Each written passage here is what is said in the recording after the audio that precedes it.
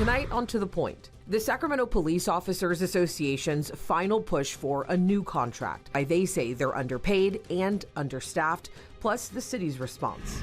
Privacy, security, and accountability.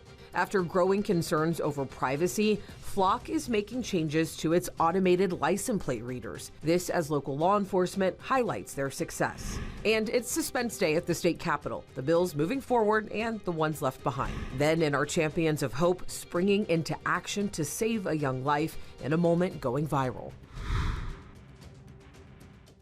The Sacramento Police Officers Association says the department is understaffed and officers are underpaid. Good evening. As always, thank you so much for joining us on To The Point. I'm Alex Bell. This comes as the union delivered its final offer to the city of Sacramento for a new labor agreement. ABC 10's Becca Hotbegger joins us now in studio. Becca, it makes sense, but I was actually surprised to learn today, officers, they cannot go on strike, can they? Right. They cannot go on strike. In fact, state law prohibits police officers from going on strike.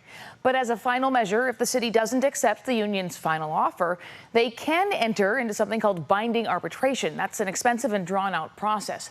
And the president of the Sacramento Police Officers Association tells me he's frustrated negotiations have had to come this far.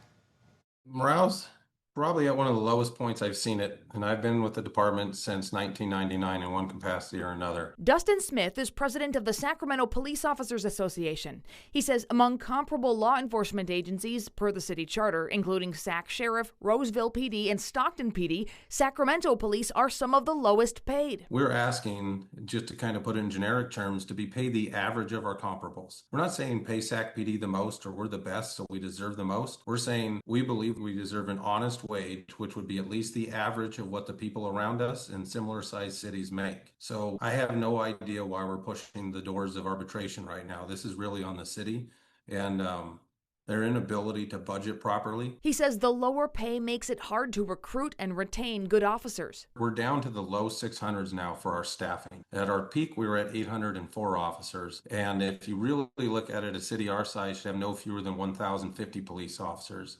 In a capital city this size, closer to 1,200. So we're basically half staffed. We are in a staffing crisis. He says officers with the Sacramento Police Department have been working without a new contract since mid-April.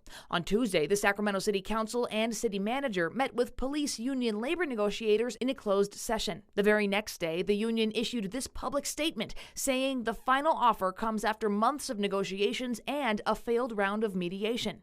ABC 10 reached out to the city manager's office for a response to the union statement.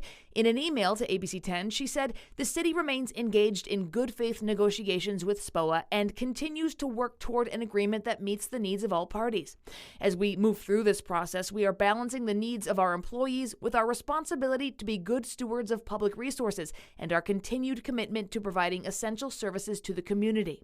A new study from the nonpartisan Public Policy Institute of California found officer staffing reached a peak in 2008, then declined during the Great Recession and the pandemic. They point out law enforcement staffing can be sensitive to economic swings. They also say theories to explain this trend include officer burnout from the pandemic and loss of morale following changing perceptions of the police and protests in the wake of the 2020 murder of George Floyd in Minneapolis. The report also found agency competition poses an obstacle to hiring and retention. One reason why Smith says he thinks Sacramento police officers should be paid more. We've cut so many services out of the city of Sacramento, it's unbelievable. You just start to go unit by unit and you'll see that we don't have the ability to serve our city the way we should. And to expect economic development to flourish in an area that doesn't have strong public safety, it's just, I guess the best word I can come up with is silly. I reached out to the Sacramento mayor and city council members to get their take on the police union's concerns and ongoing contract negotiations. Some said they were unavailable and others I did not hear back by deadline. Alex? All right, Becca, thank you. Big changes are coming to Flock. That is the company facing growing pushback on its automated license plate readers. It's a story that we have been following now for the past couple of weeks. The issue is over privacy concerns and alleged misuse by law enforcement. More than 120,000 Flock cameras nationwide automatically scan every license plate that passes, logging the vehicle, time, and location into a database so officers can track that vehicle. Now, critics call it a mass surveillance system with protest over privacy concerns. In a pre-recorded statement, CEO Garrett Langley says Flock will change the default data retention period from 30 days to 7 days. And look, 7 days, it's not a hard cutoff. Flock says that communities can still decide how long they want to keep that data based on their public safety needs. And in the next few weeks, the company will roll out something called evidence mode, which will allow detectives to preserve data as evidence for an active investigation. About 90% of investigative searches happen within 7 days. So will it solve less crime? It will. And I would encourage local officials to still make decisions that they think match their local needs. But as a business, we think 7 days is that new standard. Flock will now require all law enforcement to adopt audit assistance by the end of the year, including something called proactive lockouts, meaning when a user's activity is found to be abnormal, Flock will automatically suspend access pending administrator review.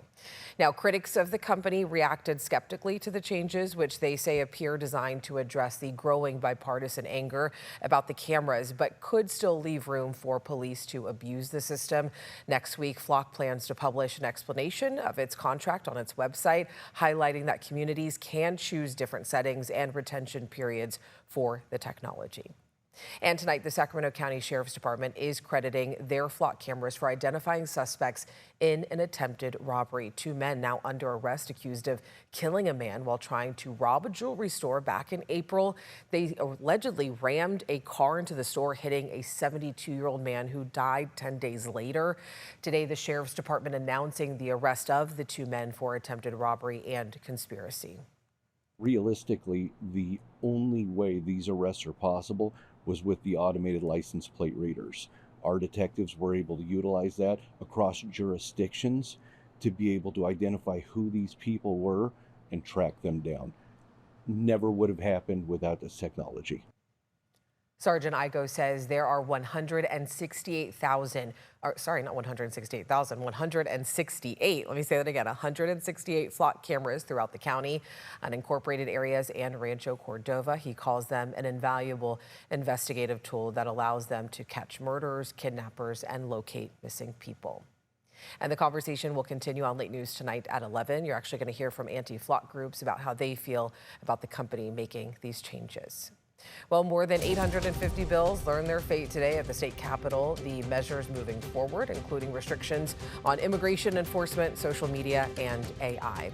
Then in our Champions of Hope, we meet 2 California officers being hailed heroes after rushing to a young boy's life.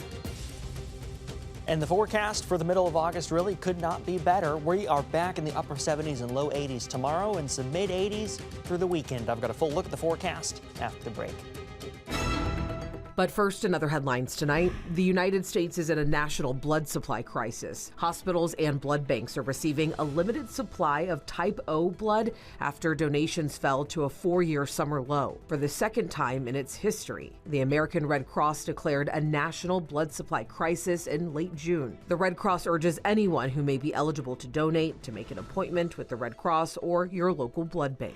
The Kennedy Center's board voted today to put President Donald Trump's name back on the building. It will also close for renovations. The Trump Allied Board approved the plan after a federal judge blocked an earlier closure vote. The decision to put Trump's name back on the building came after the renovation vote. The newly proposed inscription below the Kennedy Center sign would read, quote, "Restored and renovated by President Donald J. Trump."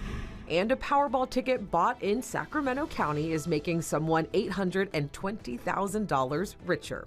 According to the California Lottery, a ticket sold at an Arco AMPM on Fair Oaks Boulevard matched all 5 white balls last night. A Powerball player in Illinois won the $1 billion jackpot, the largest Powerball jackpot so far this year. We are tracking the progress on a fire burning in Placer County. The Talbot fire started yesterday in the Tahoe National Forest. According to CAL FIRE, 75 acres have burned. It's sitting at about 15% containment. Evacuation warnings are in effect in the area, and all campgrounds and recreation areas in French Meadows have been evacuated. And the Gann fire out in Calaveras County is fully contained, but the reality is now setting in for the dozens of people who lost their homes today. Fire victims getting some much needed help in their next steps for planning. Officials in Calaveras County say they are still transitioning from the emergency response phase to emergency recovery. Today, a local assistance center was set up in San Andreas, 18 different agencies in one room for 10 hours. For those who've been impacted, I think it's, especially if they've lost their home, they may not know where to start. This is a good starting place for them to identify what resources are available so that we can help them in their recovery. Some of those impacted by the fire have also had issues with access to water. The Calaveras Public Utilities District says it has water containers and refill stations available to residents who need them. Let's get things over to meteorologist Brendan Minchef. Brendan, here in Sacramento, a lot cooler than what we saw, especially last weekend, but even earlier in the week. Oh, definitely, yeah. If you put your nose to the wind today and you gave it a little sniff, you might have been able to smell that pumpkin spice latte out there, right? It felt almost a little bit fall-like, just a little bit. I know we're still in the middle of August, we've got a ways to go, but with the wind and the temperatures, we only made it to 79 today in the capital city. It definitely did not feel very much like summertime. A little bit warmer down in the San Joaquin Valley, 87 in Stockton, 88 in Modesto, 81 Placerville, 75 in Truckee, and 73 in Tahoe. Definitely the coolest day this month for Sacramento at 79 degrees, but it was also cooler than any day last month. In fact, it was the coolest day that we've had since June 19th. When we were also 79 degrees that day. So it's been a while since we've been this cool, almost 2 months since we've had a high temperature in the 70s. Right now, 73 in Sacramento, 83 in Stockton, 86 in Modesto, 73 up in Nevada City, right near 70 near Tahoe. We've also got a strong onshore wind. That Delta breeze really kicking tonight, about 20 miles per hour in Sacramento through the Delta up towards Marysville and Oroville, all about 20 mile per hour winds right now. Not quite as strong down in the San Joaquin Valley, which is why it's still a bit warmer down there. 73 as we look towards downtown is 12 degrees cooler than 24 hours ago. Again, as those winds are over 20 miles per hour out of the Delta. Friday morning starts off at 56 in Sacramento, 57 Stockton, 59 in Modesto. Cooler than normal in the morning as well. A few clouds and some of that marine stratus may try to work its way into the valley early on Friday. Plenty of sunshine by the afternoon, and although there will be a slim chance for some thunderstorms once again up along the crest, I expect most of them to be off into the state of Nevada. Another cool day Friday afternoon, 81 my forecast high in Sacramento, 83 in Stockton, 86 in Modesto, 70s and 80s in the foothills, and 70s in the high country. High pressure stays off to our east. It does not build all the way back in. It'll be a little bit warmer next week, but still cooler than normal. 81 tomorrow, 85 on Saturday, 88 Sunday, and we stay in those mid to upper 80s through next work week. Alex. All right, Brendan, thank you. Social media, immigration enforcement, and artificial intelligence. The bill is getting a yes or a no during Suspense Day at the state capitol. Then concerns are growing over the conditions aboard a U.S. aircraft carrier after more than 250 days at sea. It is Suspense Day at the Capitol, one of the busiest days of the legislative session. Before heading home for the weekend, legislators went through more than 800 bills. More than 600 will continue advancing through the legislature in these final 2 weeks of session. ABC 10 political reporter Jenny Huh has been tracking some of those key bills for you. The motion is due pass. It's Suspense Day at the state capitol. The two committees in the legislature that consider the fiscal effects of bills, they are voting on 850 bills. In the span of just a few hours. 293 bills in the Assembly Appropriations Committee and 561 bills in the Senate Appropriations Committee face their fate Thursday. So you could have spent the last 8 or 9 months working diligently on your bill, and today its fate is determined. They are strictly voting. So there's no discussion, there isn't any explanation why a bill was passed or amended or not passed today. Senate bills that would cost the state $50,000 or more to implement, and Assembly bills that could cost more than $150,000 end up in the so-called suspense file. Those that make it out will be voted on in the Senate or Assembly floor, and if they pass there, they head to the governor's desk where he will sign them into law or veto. Every year, there's a disproportionate number of Democratic bills that get to the fiscal committee and that ultimately pass. Some bills ABC 10 has been tracking made it out of the suspense file. Assembly Bill 1709 would prevent social media platforms from serving addictive features to kids under 16. It would also create an e-safety advisory commission. And a slew of anti-immigration enforcement bills introduced earlier this year by Democrats advanced, including a bill to prevent state-owned property like state buildings, parking lots, garages from being used for immigration enforcement purposes. Another bill would impose a 50% annual state tax on the gross receipts of any private detention facility contracting with ICE. And a contentious bill to restrict local, state, and federal law enforcement officials from wearing face coverings also advanced. Several bills tackling artificial intelligence are also advancing, including 3 bills to expand child protection in using companion chatbots, and another to prevent bots from being used as therapists. Jenny He, ABC 10. In the race for California governor, a new poll is out showing Democrat Xavier Becerra holding a strong lead over Republican candidate Steve Hilton. The Berkeley IGS poll taken earlier this month shows among likely voters, 55% would vote for Becerra, with 37% choosing Hilton. 7% are undecided. When asked why they support Becerra, voters most often cite his support for traditional Democratic policies, including expanding health care and protecting LGBTQ+ rights, as well as his promise to push back against the Trump administration policies. Among Hilton's supporters, most say that they back him because of, he supports Republican policies as well, including lower taxes. Others say that they support Hilton primarily because he is not a part of California's political establishment. Today, Democrats on Capitol Hill are raising concerns about conditions aboard a U.S. military aircraft carrier, the USS Abraham Lincoln, deployed for months as part of the war with Iran. A letter from Democratic Senator Richard Blumenthal is looking for answers from Secretary of Defense Pete Hegseth regarding reports of deteriorating conditions aboard the carrier.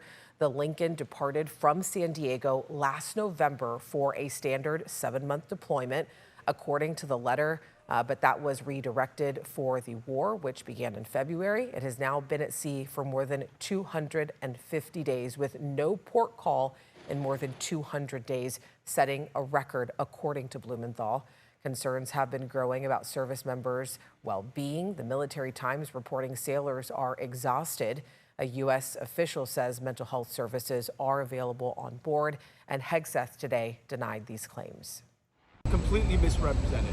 Listen, we make sure that every ship, every crew, every captain has everything we can provide them at every single moment. A U.S. official now says the Lincoln is set to be replaced with the USS George Washington as part of a long-planned rotation of ships. U.S. intelligence officials were reportedly skeptical of an Iranian assassination threat that prompted President Donald Trump to secretly switch planes in Turkey last month.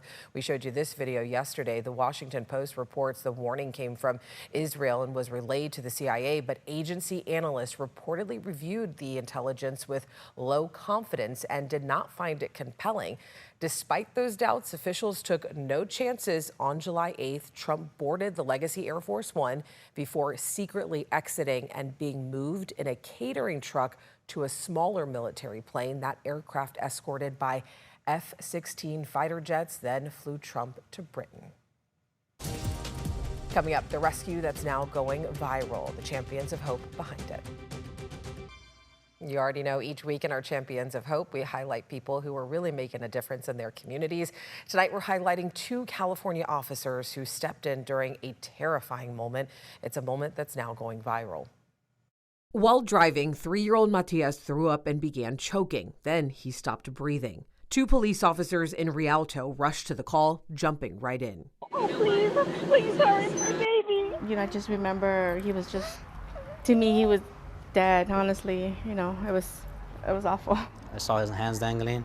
My heart dropped. Before I even got out the car, my heart dropped. Using an anti-choking LifeVac device and back blows, the officers were able to save him. You okay, buddy? Okay, buddy.